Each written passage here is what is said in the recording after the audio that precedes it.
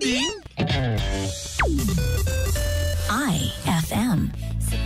Alright, ano ang ating trending ngayon? Kirsten, pasok? Ayon mga sesh, ating ka-idol at kung sino pang marites na gutom sa chikang umaapaw sa intriga.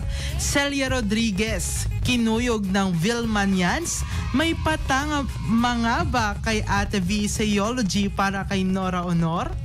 Matapos ang kontrobersyal na eulogy ni Celia Rodriguez para kay Nora Honor, umarangkadang mga Vilmanians sa social media, marami ang nagdamdam at nagalit sa veterang aktres matapos nitong sabihin na mag-isa lang si Nora at kung gustong pumalit sa kanya, you will fail.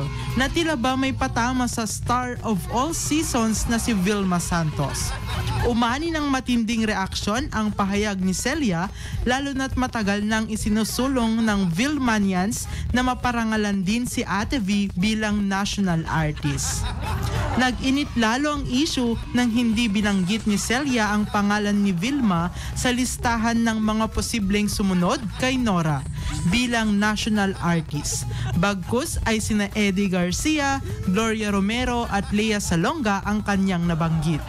Ayon sa mga taga-subaybay, parang nilampasan at pinatamaan daw si Ate V dahilan para lalong mag-alab ang damdamin ng kanyang mga fans.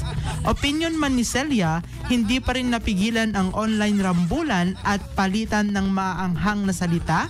Abangan kung paano tutugon si Ate V at ang kanyang kampon sa isyong ito sa patuloy na pinag-uusapan sa showbiz balita.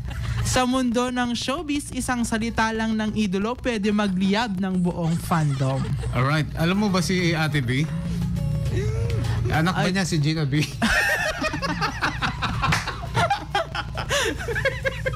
Bino B. Side B. Joke lang. Wala yung malapit. Alright. Okay, grabe yan si Ate B talaga, no? Oh, kasi lahat naman sila kandidato para maging national artist. Yeah. Siyempre, Mga veterano. Veterano, marami naman. Actor at Actually, actress. marami pang artista talaga na pwede sanang parangalan. O pwede maging national artist na nakalimutan na. Marami pa, actually, marami. Oh, marami mga veterano at magagaling na mas nauna pang nawala sa mundong ito.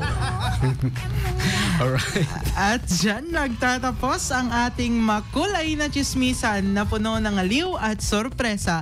Huwag kalimutan, sa susunod na chikahan, dito lang kami, ready to spill the tea. Ako pala si Howard, hindi forward, pero ikaw, Ses, isa lang masasabi ko, move forward sa mga more pang chikahan. Kaya manatiling nakatutok para sa mga bagong balita, dito lamang sa 99.5 IFM, ang idol kong FM, Supay A. Yeah, hey! Yan po ang ating Ay, trending!